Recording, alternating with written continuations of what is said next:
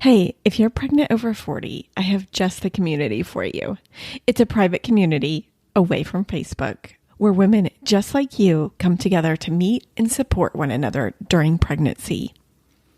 To sign up for the waitlist, go to over40fabulousandpregnant.com/waitlist and be the first to know when the membership is open. I can't wait to see you inside.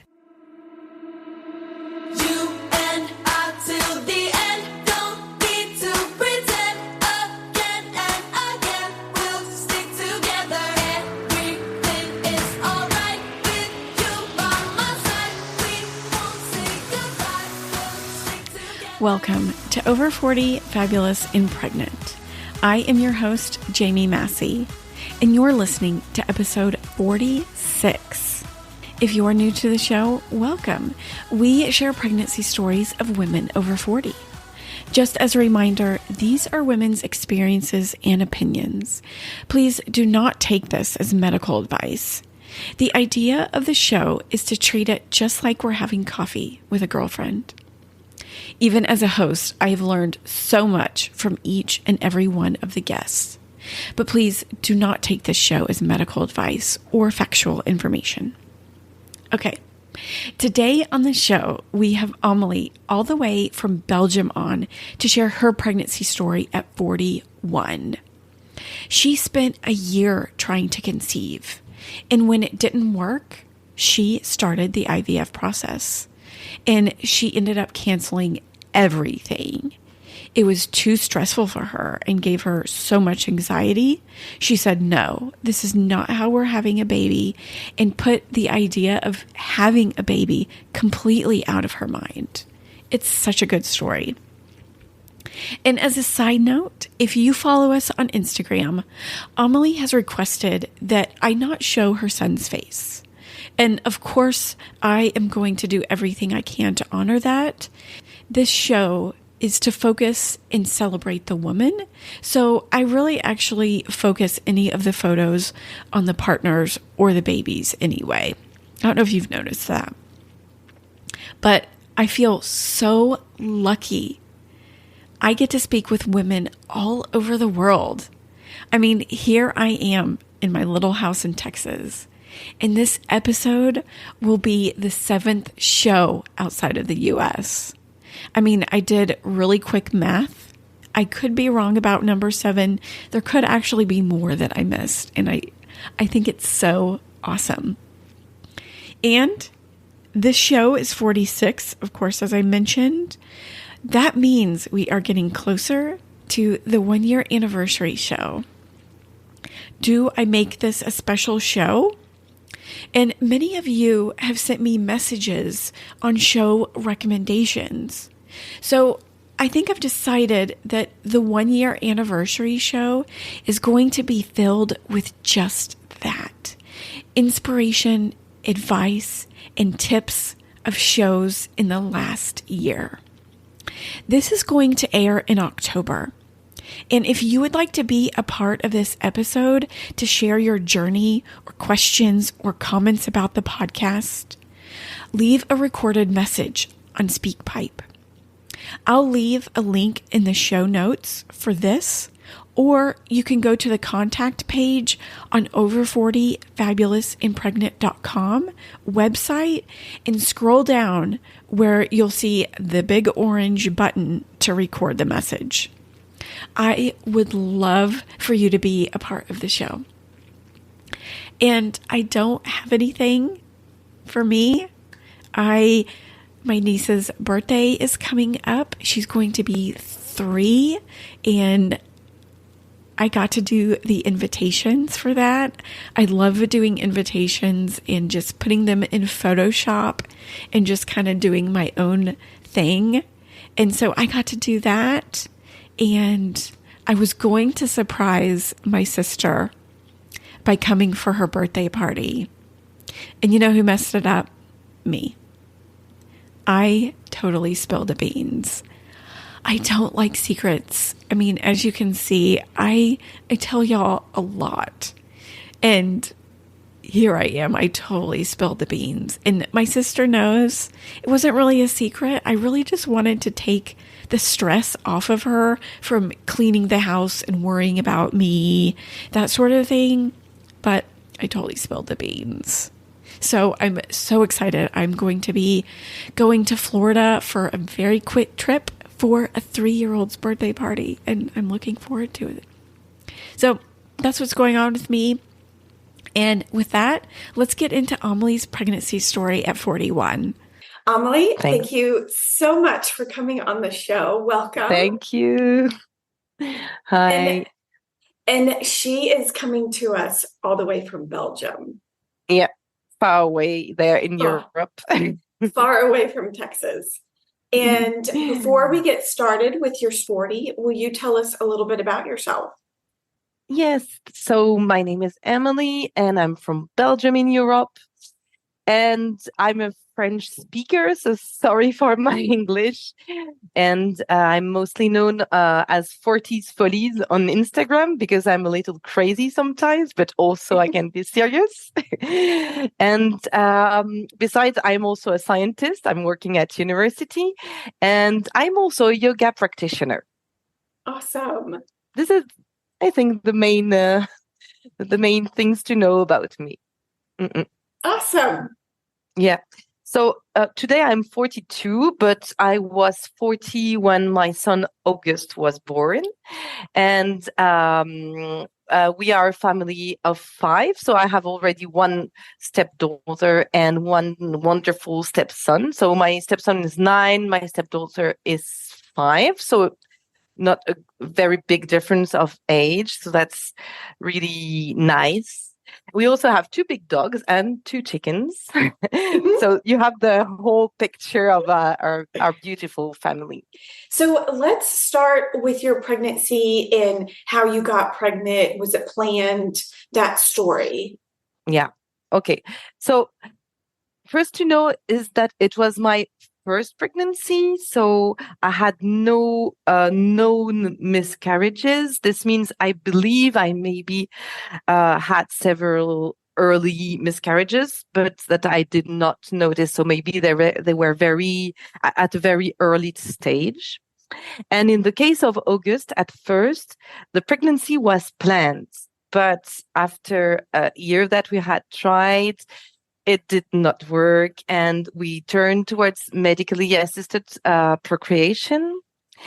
And after several weeks only, my husband and I decided to stop, not to continue, because it was just too stressful and too painful. So in my case, and this is why today I have a huge respect for people going through assisted procreation and IVF, because it's not only something marvelous that you're proud of, like we are always talking about this pride of being in that journey, but it is so psychologically and physically hard.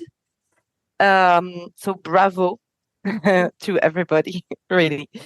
And in our case, we decided to stop everything and to just leave without thinking about it anymore. Was it emotionally hard or was it physically hard on your body? Both. Really? Yeah. And so it was too stressful, and I was not able to live normally. I was too anxious. Mm-hmm. Just like the pressure of everything working? Yes. The pressure. Yeah, the pressure. Yeah.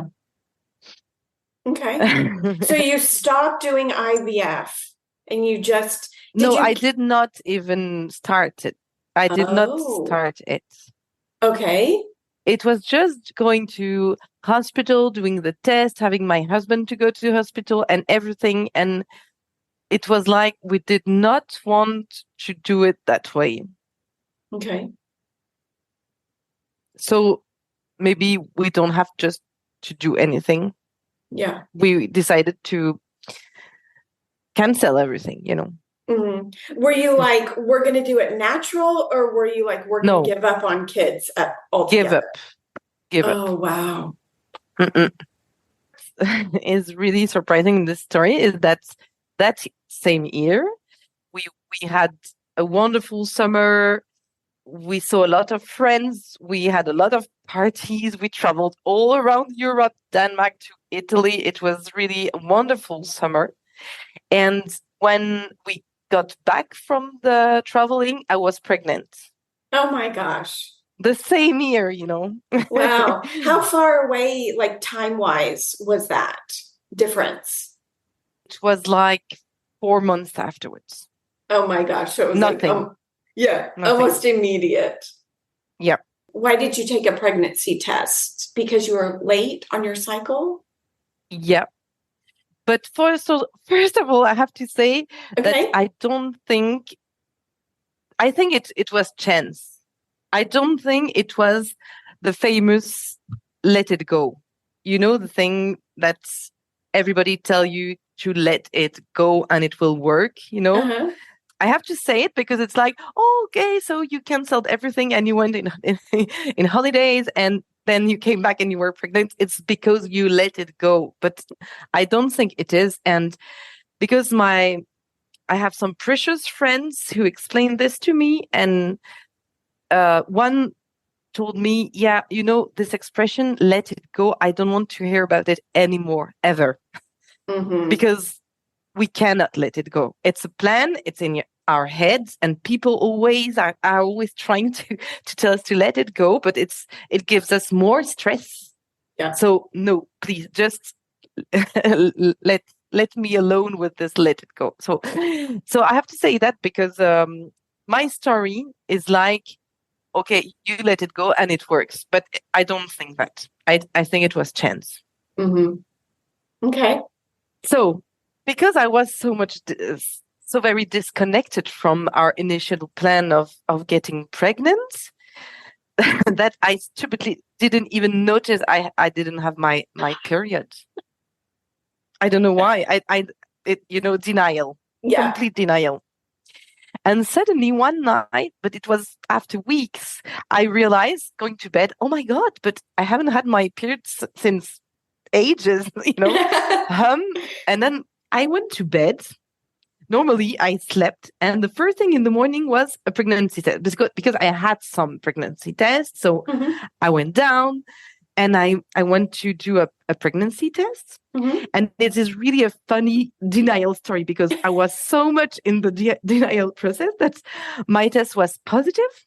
And even then I was like, no, it's a mistake.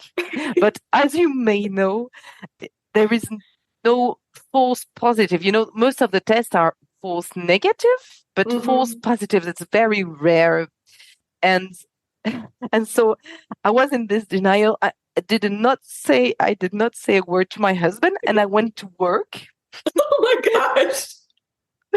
Well, although I had in my car, I had contacted my doctor, you know, my regular doctor in the morning.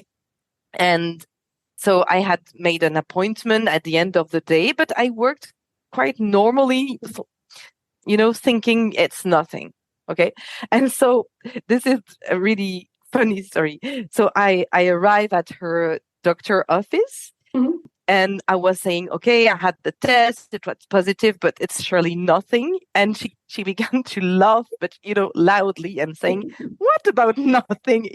You have a positive test. And she was like, okay, I had a very bad day. I'm so overwhelmed by this news because you're the only good news of my day. And I was like, okay, so this is a sign, I think. And this was the time when I began to realize that I was maybe pregnant, but maybe still maybe. And so she explained that I was in a complete denial. And she said, okay, we will have this blood test. I call you tomorrow morning. It's okay. But really now put in your head that you are pregnant, you know, denial. So this was the moment when I knew, but really that night, okay, I told my husband, but I told him, I'm sure it's not correct. Okay. What did he say?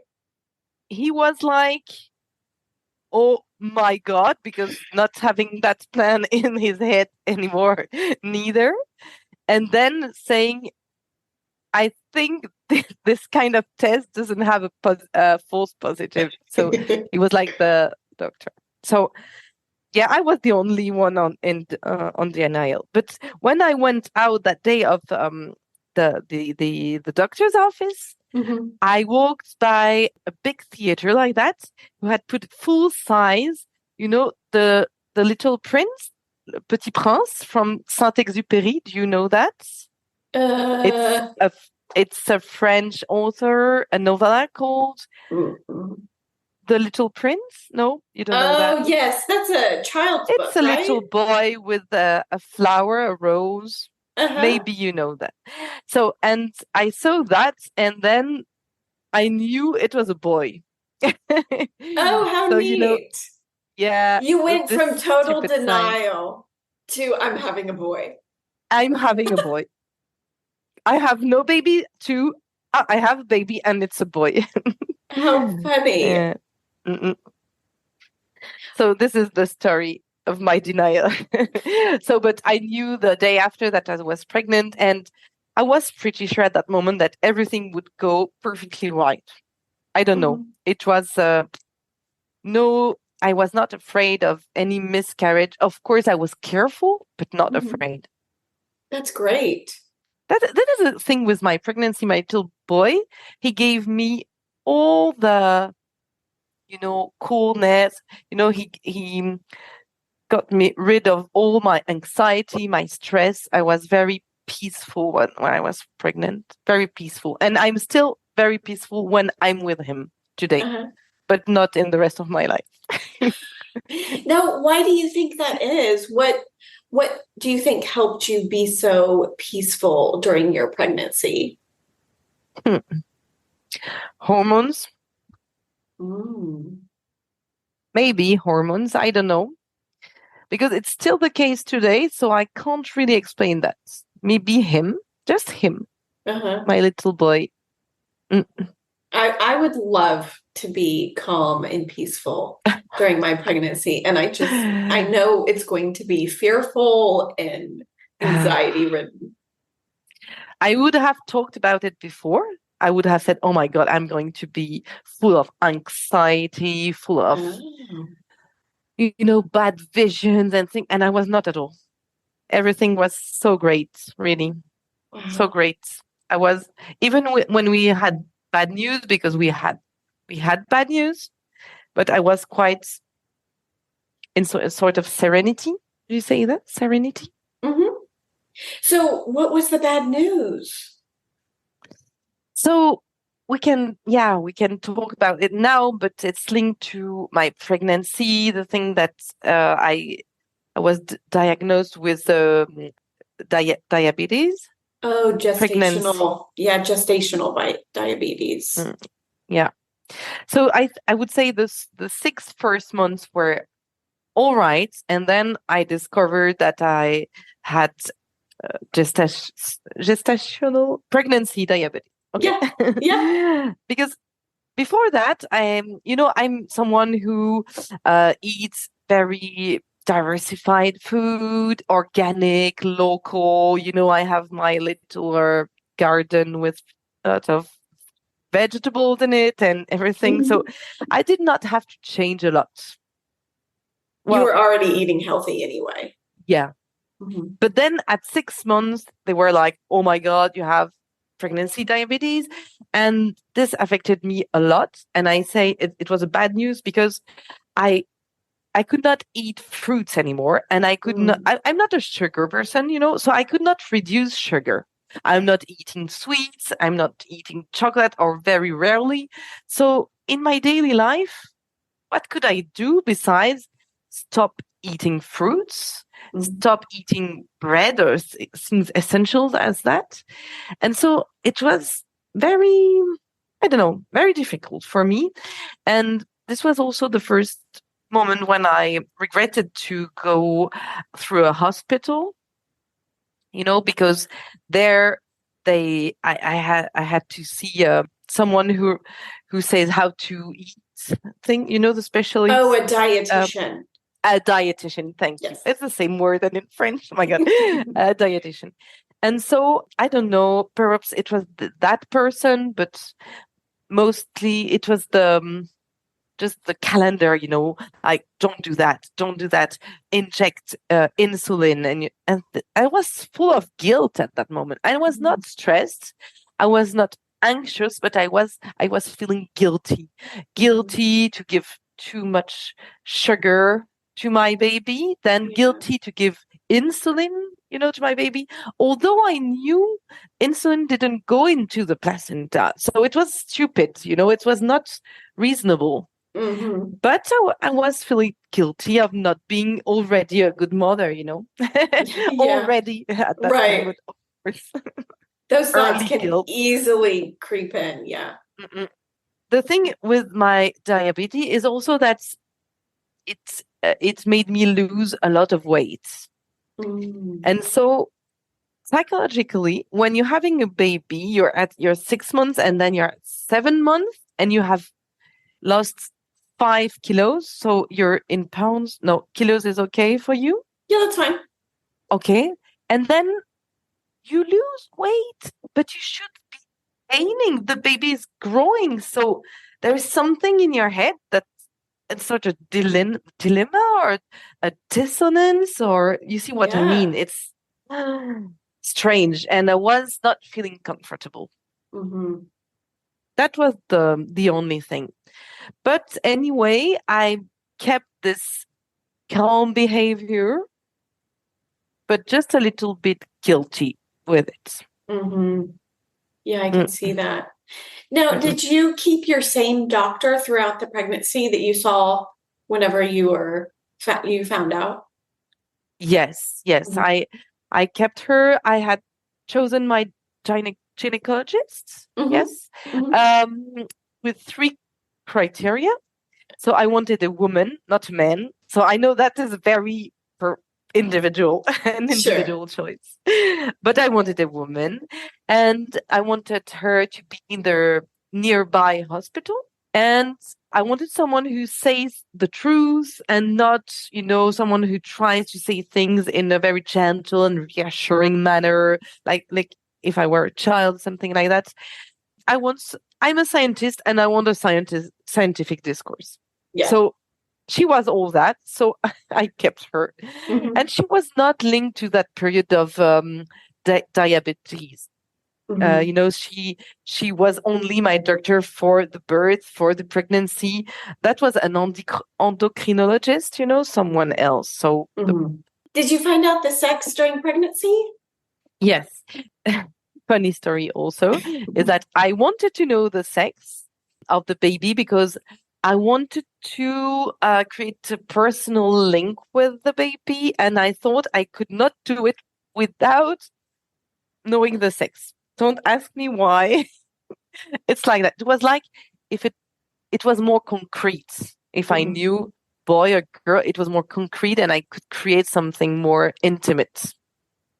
Yeah, okay. I love that because I kind of don't want to find out, but I love the idea of connecting their gender, kind of like you're getting it to know the baby by just, a little bit. I love that. Because, I'm not, how to say, I don't like gender-related toys or clothes. Mm-hmm. I'm not into that. So I was not like, oh, it's a boy, so he will have a car and play baseball or something like that. Yeah. I was not like that. It's not about that. Of course, I understand. I would have loved both, Yeah. But just, getting to a little more the baby, yes. Yeah. But my husband didn't want to know the sex of the baby. So we did agree on that. And the problem was that I did not want to tell anyone because I thought, okay, I will tell one of my friends or one of member of my family and everybody will know it. So my husband also. So not saying a word was really hard because everybody was like, come on, just to me. Like, okay, it's my baby, please let me do that. But to feel quite, I was able to talk about the sex of the baby. I was talking about my little boy with one person, and that was my beautician. Uh-huh. You know, the woman who do who does my Oh, your everything, nails. my nails, my my massage and everything. Oh, How do you okay. call that? They have individual names here. Okay. Well, it's someone who does everything Okay. related to beauty. So And so wait, you found out the sex and you didn't tell your husband. nobody. Yeah. How did you find out? I went to my regular doctor and she had the results on the computer and she told me. Oh, that's simple. How Yeah. did you feel whenever you found out? It was quite strange. She said, "You wanted a girl or boy?" And I said, "A girl." "Oh, but it's a boy." I'm like, okay. So, like 1 second you say, okay, it's not a girl. Oh, it's a boy. It's fantastic. We don't care, Yeah. Okay, so back to your husband. He didn't want to find out, and you were talking to your beautician. Marie. Yeah, she's called Marie. Uh-huh. And it was very funny because that girl, so we were talking a lot about it, a lot about my pregnancy, a lot about my little boy, and I was taking a lot of appointments so we could talk about it. And so we created a stronger link between us because of that. And she even thought that one day someone would land in her beauty center to ask her directly because people knew she was aware of the sex. So she was like, okay, I'm closing the doors so nobody comes here. That's cute. Yeah, but everything went perfectly well with that. And my husband didn't discover, and it was like, when he was born, when August was born, I was like, you knew it, someone told you, and he was absolutely not. And even when the baby was on my belly, he didn't even ask. Because for him it was perfectly the same. Yeah, it didn't really Exactly matter. No, it didn't matter. Was there any product that you couldn't live without that you would recommend that helped with pregnancy? No products, if you mean drugs or things like that, or objects, or for example, with nausea, nothing really. Nothing worked, just the time that passes by. But what really worked with me, and I would recommend for some people, but not, of course, not all people, was yoga. Okay. I'm a yoga practitioner. Yeah. So I have been a yoga practitioner for, ages, 25 years, 30 years. But first of all, you have to choose your yoga, the one you're feeling all right with. And all yogas are not recommendable for pregnancy, okay? Mine were, because I'm doing, yoga flow, inside flow yoga. I don't know if you know that. They are movement yoga. You are not like doing some fixed position like that. It's more like you're breathing, you're moving while breathing. And inside flow is you put music and you move on the music, So it's really gentle, it's sweet, and really I recommend this when you're pregnant, because it's not about doing some, how do you say, very healthy movement or proving something with your muscles. It's just very calm. These two types of yoga went along perfectly with my pregnancy. And, it helps to feel better, feel good, it helps you to breathe properly, because, your chest is changing and you may have problems to breathe. And so it's opening your breath, your breath. And it also helps you to prepare to birth, because it opens your hips, So yeah, this is my product, yoga. I love it. It helped a lot. And at the beginning I was practicing yoga all on my own, but at a certain moment I was not able to do it anymore, really, because it's too hard and maybe a little dangerous also. So I had a chance to follow a prenatal yoga class. This was great, but I had a great teacher, so I am lucky for that because the woman was really nice. And at that time, we were getting out of the COVID-19 period, Mhm. you know, and it was nice to see other women or the moms. So it Yeah. was kind of nice because I was practicing yoga with gentle women, but also nice to see people again, Yeah. socialization. So how else did you prepare for the birth and baby to come? Yeah. So as I said earlier, I am a scientist. So usually a very theoretical person. Mhm. So I started with very mental and theoretical things. I read a lot. I went to hospital seminars. My Mhm. husband told me, but nobody goes to the hospital seminars. It's so boring. I was like, I want to go. I was so happy to go. No, but so this is how and very rapidly I was surprised by the lack of diversity in these seminars, there, Mhm. there was one model of mother and couple, and all the couples were like between 25 and 35. There were two people, no single mom, no gay couples, just very traditional and young couples. Uh-huh. So I was a little bit annoyed about that. And Yeah. in the seminar, during the seminars, they introduced me with the word geriatric pregnancy. Oh no. The famous Yeah. adjective.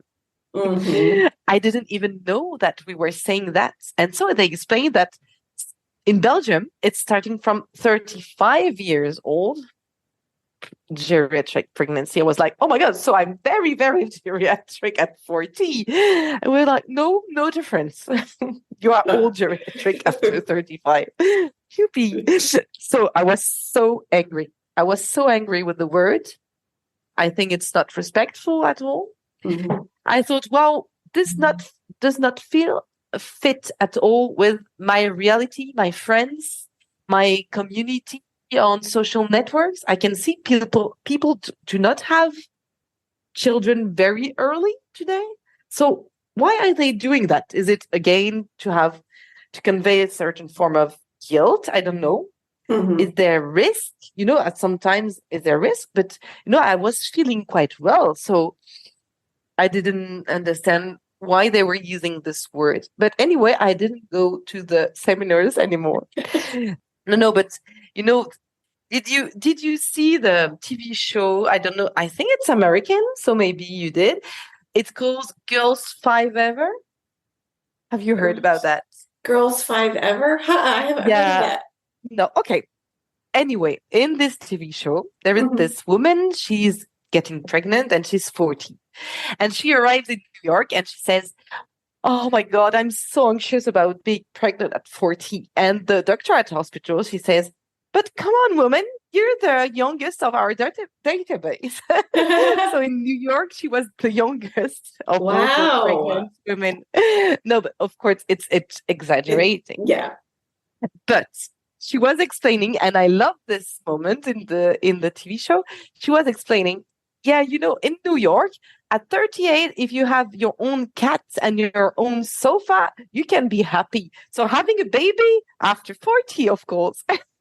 But this is a kind of metaphor for this society is changing and women getting pregnant later. It's Mhm. because we are emancipating.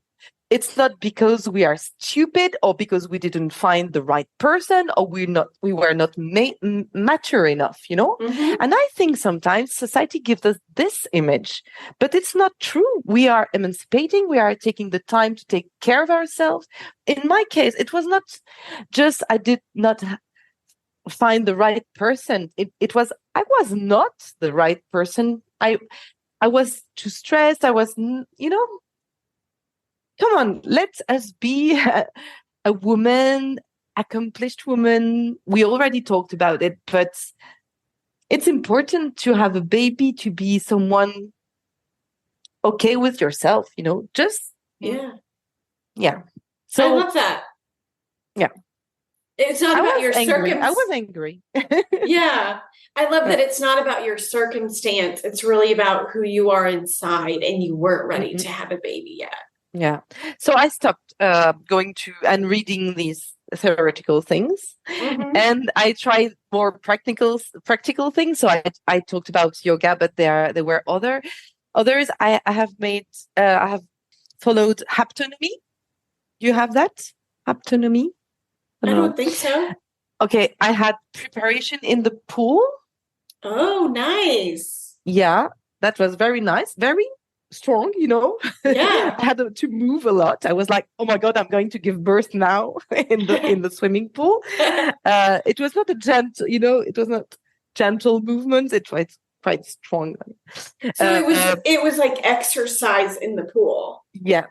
Oh, cool. A lot of exercise in the pool, but I felt well. When I was going out of the pool, I felt perfectly well. Yeah. So it's strange, very useful. I would recommend it, really. It was, again, with a lot of other women, all pregnant. So, again, cool to be socialized. And, yeah. And birthing ball with my husband. Do you know birthing ball? The big ball? And we took classes to prepare for the birth, how my husband can move the ball and me and everything. So this was useful. Yeah. I think all of that was useful. And, at the beginning, I wished to have a doula in addition to hospital and everything, because I had no confidence about, okay, I will do it. It's perfect. But with all this preparation, it was okay. I didn't search for a doula anymore. Okay. I thought, okay, I think my husband and we are perfectly ready to have that baby by ourselves. No, with the hospital, but ourselves and the hospital. So you felt prepared. Prepared, yes. And it was not at the end. It was like 7th or, quite at the end, but, not at ultimate end. Right, it was like two last month. I was okay. Darling, I'm okay. How do you feel it? He was like, if you're okay, I'm okay. We were okay. Ready. That's awesome. So how far along were you when labor started? So my story is not that labor started. Oh, wait, let's talk about, did you have a birth plan or anything in place? Let's talk about that. Yes. Okay. So I just said that my husband and I felt like sufficient for the journey at hospital, but I was still scared about the hospital itself, because in Belgium, hospital, I don't know how it is on your side, but here they can take decisions in a hurry. Even if you have normal delivery, not C-section, they can decide to cut or do things without asking it. So I wanted to have this plan for birth. So here it's a paper that you have to fill in. I don't know if you have that. And I don't think so. No, but you give it in when you arrive at the hospital, you give the paper. The problem is that it's quite theoretical, because when they receive the paper, they put it in a corner, and they don't look at it. So Great. I was, that's it. That's it. And so I was a little bit stressed, because I knew people had told me that they were doing that. And it was like, okay, can you read my paper, please? But they say, okay, we will read it. So I just told them, I said, okay, we have several things very important for us. First, you don't cut anything before asking me. Okay, even if it's a rapid decision, you talk to me, because I'm a science, I'm doing science, and I want to know what's happening. I'm used to analyzing the situation. So I wanted to know that. And the other thing was that my husband didn't want to cut the umbilical cord. Yeah. This is because he was forced to do it with the 2 first children. And he felt very bad with that. And he made me promise that he would not have to do it. So I promised it. Yeah. And we told the doctor. So these were not very huge demands, you know? Yeah. Yeah. So we gave that plan for birth, but we did not have a lot of demands on it. Yeah. No. Yeah. So were you scheduled? Did you have a scheduled induction? Yeah. So the birth started because of my diabetes. Okay. So I don't know if you know that, but nurses, I don't know if you know someone who had that pregnancy diabetes. Yeah. It's pretty, okay, so I wouldn't say it's common, but it's fairly common. Yeah, I didn't know someone before me. So it was quite new to me. But the nurse told me, okay, what you have to have is a stable blood sugar, you know? Oh, to go into labor. All the time. Okay. During the pregnancy. Okay. So if it's too high, you have to inject insulin in your body. But if it's too low, that means that your placenta is not working well anymore. Okay. And so one morning I woke up and my blood sugar was okay. And the next morning it was even more okay. I was like, And the thing is that it's the placenta that's, does all the problems with the sugar. So if there are no problems anymore, it means that the placenta is not doing his job anymore. Yeah. So when I told that to my doctor, she said, oh my God, you have to enter the hospital tomorrow because the placenta is not working anymore correctly. Oh no. But I was already at 39 weeks. Oh. So no problem really. Yeah, no problem. I think the day August was born was 4 days before he should, Yeah, 40 weeks. So I entered the hospital. I think it was a Sunday evening, and I was inducing the morning after. And so they woke me up like something at 5 in the morning, and I took a little pill, and started to wait. And these moments are the longest of your life because at the beginning nothing is happening. But what I didn't know at that moment is that was the cold moment, because the pill is very hard, the effect of the pill is very violent. And so after 2 hours, it was like, oh my God, horrible, very, very strong. So inducing, do you call that inducing? Well, I would not recommend. I know that you don't have the choice most of the time, but it was quite violent, I think. So I was induced that, and I think we waited for 2 hours, and then they took us to the birth room where I had a lot of space, and that was very nice because I was feeling pain, and we could practice little yoga and use the pregnancy bowl with my husband. And they had also this big bath, so I could go in a bath. Oh, nice. And it helped me a lot. And I was in the bath, I remember, and so I was like, okay, it's okay. It's not okay anymore. It's not okay anymore. And I shouted to my husband, okay, I'll go and search for an anesthetist right now. Because I wanted a peridural. Oh, epidural. Epidural. Yes. I wanted an epidural, but I wanted it at the latest moment, But that was the latest moment for me. I was like, oh my God. So he went to search for the anesthetist, and the problem is the epidural didn't work at all. So you got one, but it didn't work. No. And I was not prepared psychologically for that, because I knew I would stay the longer possible, but I didn't want to stay in this pain all the time. Yeah. I was not prepared.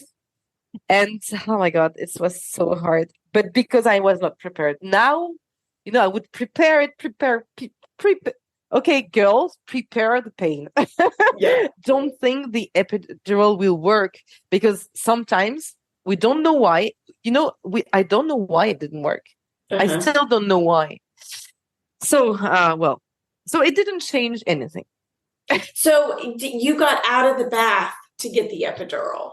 Yes. And so I was lying on the table, the bed, waiting for the epidural to to react in my body, but it didn't. And so, well, the moment, the contractions, the real contraction, they were coming and coming and coming. So we knew it was starting. The real moment was starting. Do you know how dilated you were at that time? I think it was 7 centimeter. Do you know that? Yeah. Yeah, we use centimeters when it comes to dilation. Centimeters. So it's 7 centimeters. You're close. So, yeah, quite close. But it was not the end. My God. The real contractions, they were at 1:00 and August arrived at 9 p.m. So 8 hours. I had 2 hours pushing. And that's 2 hours pushing. Whoa. Yeah. And that was long, but it was also because I asked not to cut. So I said, have trust on me, believe in me, I will succeed to do it. And the woman who was not my doctor, because she had to leave because August was not arriving. So she went home and another doctor came and she was really a very nice woman, really. And she said, okay, I believe you can do it and we will wait. So this is why it's happened to be very long. But what I wanted to talk about this moment when I felt so much pain is something that nobody talked to me about. So maybe very important. There is a moment during the birth process when your pain is so strong, your pain level is so high that you reach this point, this moment when you believe that you won't succeed. You will not succeed to give birth. Okay. And I was till the point that I thought I will die and that the baby will die. Really. Wow. And it was, the pain was so strong and I was feeling so weak. I was like, okay, everybody will die. Too late, something like that. I don't know. Yeah. And this moment, in fact, is very well known in natural birth. It's called in French la phase de désespérance. I don't know if you know that. Have you heard about that? No, I've never heard of it. La phase de désespérance. It's quite a beautiful sentence, but it's horrible. Anything in French is beautiful. But nobody had talked to me about that. Yeah. And in fact, it's very common. And, it's a phase during which it's explained by hormones. Huh? It's a phase during which you have a shot of adrenaline. And it's a shock because, it's quite at the end and it's to help you to give birth, But this shot has an effect on your, well-being. It has an effect on your positivity, And so I was, from one point, I was really completely in despair, completely. But it doesn't last. So if you do feel that, you should know that it lasts something like 2 minutes, but it's quite long, but very short at the same time. So, but I was so ashamed of myself to having had this moment that the day after I asked for a psychologist to come to talk about it at the hospital.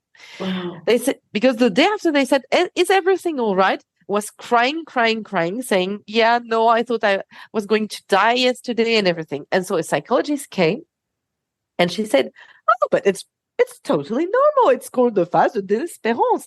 Everybody has that. I say, no, nobody talked to me about that. Well, some people has it stronger. And Others have the epidural that works. So with natural birth, it's quite normal to feel that. So this is why I'm telling you that. I think it's it's good to know it Yeah. doesn't last. Yeah, So, I think for women, I think we should talk about it also. oh my God, of course. I was like, Yes. why nobody told me about that? It would have helped. Yeah. Important lesson for me. Yeah. So tell us about the moment you were pushing for 2 hours. Yeah. Tell- So as I said earlier, at the start I wanted a doula with us, but Mhm. at the end, my husband and I was sufficient. So we had prepared the moment with the hands. You know, people had told me before, when you're pushing, either you push your husband or you pull your husband, you know? So I was pulling. I was pulling during 2 hours, and my husband he told me, "Oh my God, I could not feel my hands at all anymore, really." But it's like that, and I knew it, so I let the hands. No, but he gave strength, of course, but I was pulling, pulling, pulling, and it was not the hardest moment for me. This is maybe why it lasted 2 hours. It's like it was not. It was like this moment I had prepared it. I had talked about it. I had detailed it with my doctor, but not the moment with the contractions before, the work. Mhm. Yeah. This moment, yeah, I had prepared it and it was okay. I was not suffering that much. Strange. It was quite strange. And so, of course, they were saying, like, oh, we are seeing the head. The head is out. Oh, the cord is around the neck. So, sorry, we have to put the head again. Oh gosh. Baby had the cordon around the neck, So, Yeah. They had to put him back in and unwrap the cord. Yeah, no, they were like with the finger, they were getting the cord around the head, Oh, okay. But so they pushed him a little No. inside. No, come on, I have done all this work already. Yeah. So yes, and so, but they were quite calm, and I was not panicking when they said that. When they said he has the cold, I said, "Okay, can you get it out?" And they said, "Yes, we are going to do it. No problem." Like very calm, and I was like, "Okay." I had confidence, I was okay, Okay. and yeah. So it lasted quite a long time, but then they said we see the shoulder, and okay, he's out. Well, it's out at that moment because my husband didn't know it was a he, and and so they put him on my belly immediately. It was the first thing before taking him to bath a little or everything. First thing on my belly, and it was yeah, really the greatest moment of my life. Of course. And everybody say that, or not everybody, but a lot of people say that, but it was like, oh my God, because you're so tired. Maybe it's because you're so tired and it's finished, Yeah. So this is why it is a good moment. It's relief. It's a relief, pain Yeah. relief. Although you still have to push for the placenta afterwards. Yeah. Yeah. They forget to tell you that also. But I have the baby there. Sweetest thing ever. Not crying a lot, but crying so sufficiently for breath, Mhm. They said maybe the father could have him. I was like, really? And he said, okay, don't worry, keep it how the time you need to have it on your body. And oh my God. And they came to us and they said, but do you want us to take a photo there? And was like, I don't even know where is my phone. I was like half crying about not knowing where is my phone. And she said, okay, I will take with mine. No problem. And it's a beautiful photo, the best photo ever. And I feel so happy, but inside my body, I feel so tired. But on the photo, I feel I look like without filter, very beautiful and very nice. That that moment when you are so happy that it makes you beautiful. Yeah. Oh, Mm. I love that. Yeah. So that was the moment. So what So about yes, afterwards? yes. Was anything important to you, skin on skin, or doing anything with the placenta, anything like that? Yeah, so skin on skin was important. Mhm. And my husband also, he undressed and skin on skin with the papa also, the dad. Both of us, we can stay in that room 2 hours alone with the baby. It's like that in Belgium. And then they take everybody to the real room when we'll have the night where we will sleep. But in that room, just at the birth, we can be with the baby. So we were like skin to skin, skin to skin with the dad, skin to skin with the mom. So that was very important for us. Mhm. But nothing with the placenta. But I know that in the US, you are doing things with the placenta, keeping it at home or even eating it. Is Yeah. it? Yeah. But we are not doing that here. Okay. So maybe you can tell me about that because it seems strange from here. Mhm. Sometimes people will encapsulate it and then they'll just ingest it that way. Yeah. Just like pills every day. Like protein. Yeah. Yeah, just in capsule form, like a pill, a small capsule. Okay. Others I've seen where people will like put it in a smoothie. Oh my God. No, sorry. Yeah. I can't.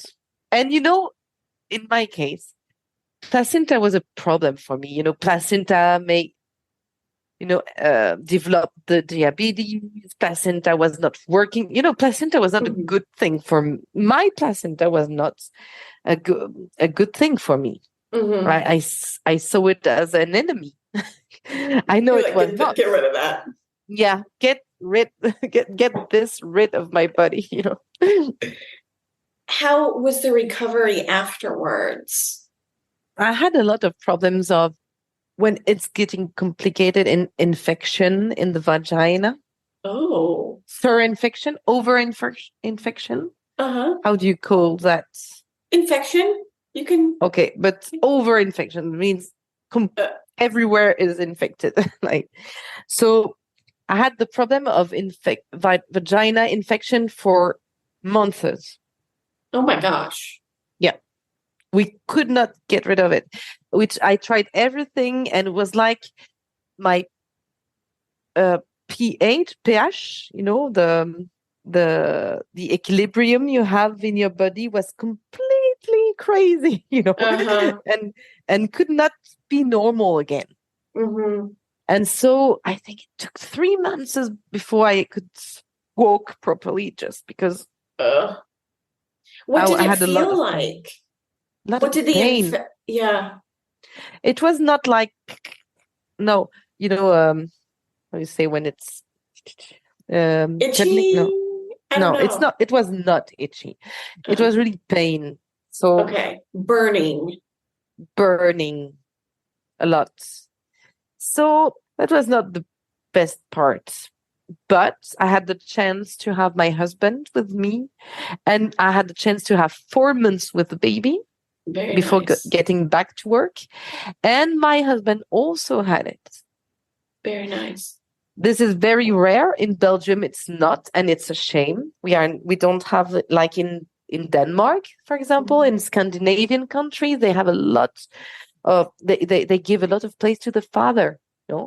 Here in Belgium, not at all. But he was changing his job, and we had the chance he could stay with us.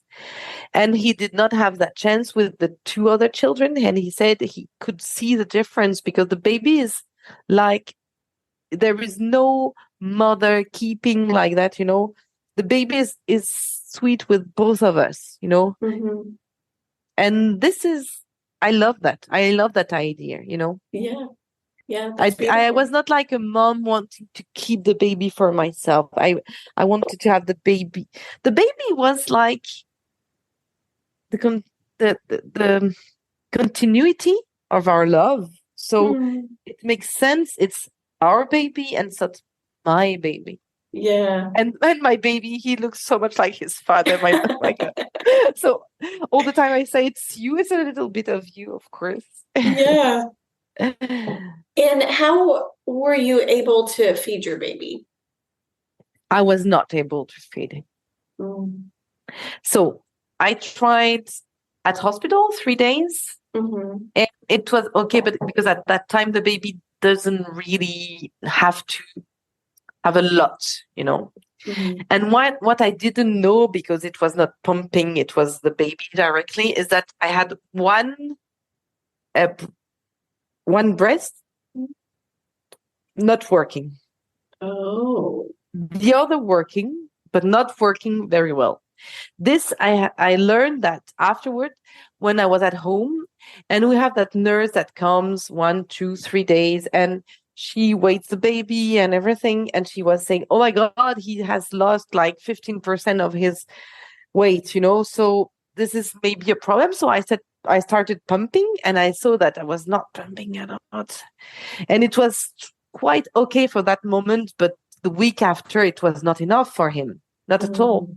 And so I said, no, no, no, I'm not like, I know that some women are like that. And I have to say, I'm okay with any choice, but this was not my choice. I didn't want to be like, okay, I really have to give my birth and my breast and everything. No, no, it was okay. Feeding with the artificial milk was okay. And the baby took it perfectly. Mm-hmm.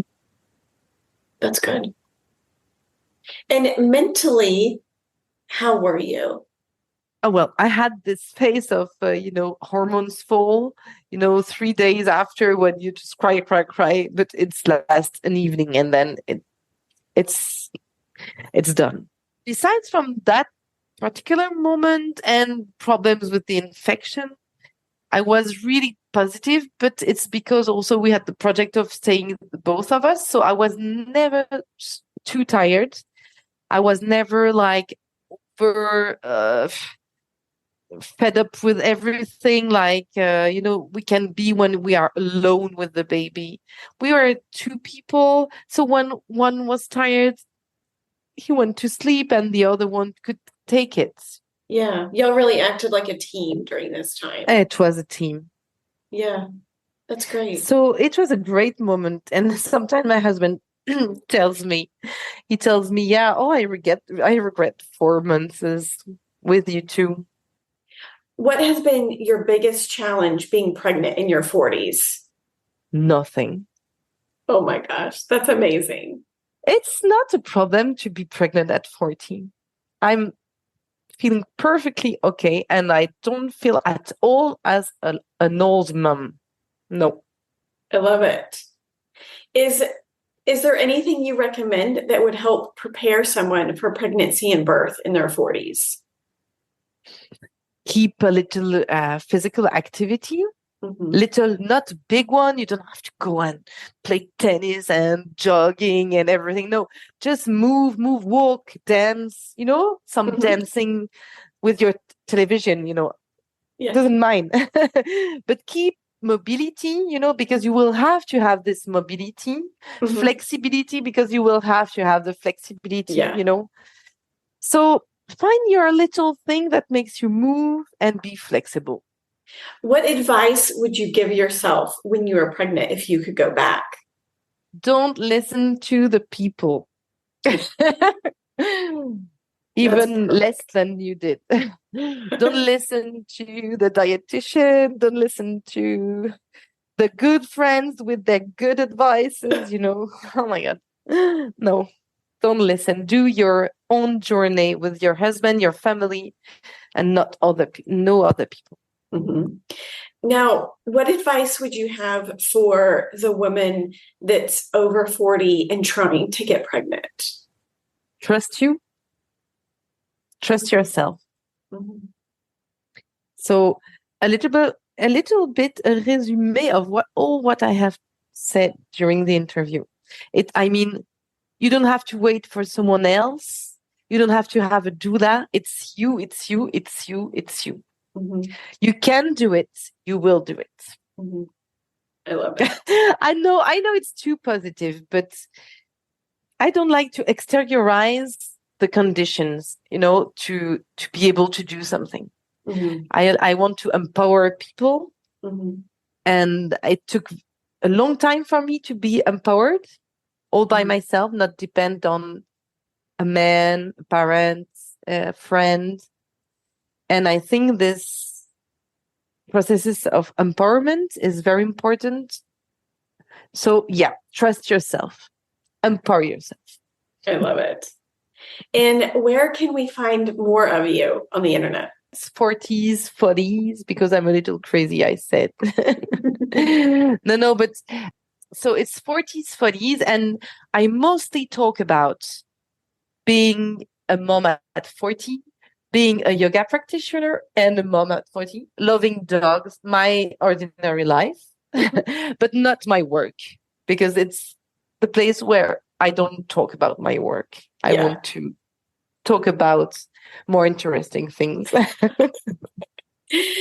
Amelie, thank you so much for sharing your story with us today. Yeah, thank you. That wraps up another amazing episode on Over 40 Fabulous and Pregnant podcast. If you want to be a part of the show, I would love to hear what you have to say. I want to add these messages at the end of the 1-year anniversary show, which is coming up in October. To do that, I have a link in the description, or you can go to the website, click on Contact Us, and click on the orange button. I would love to have you be a part of it. And thank you so much for listening. I hope you have a great week, and I will see you next Monday.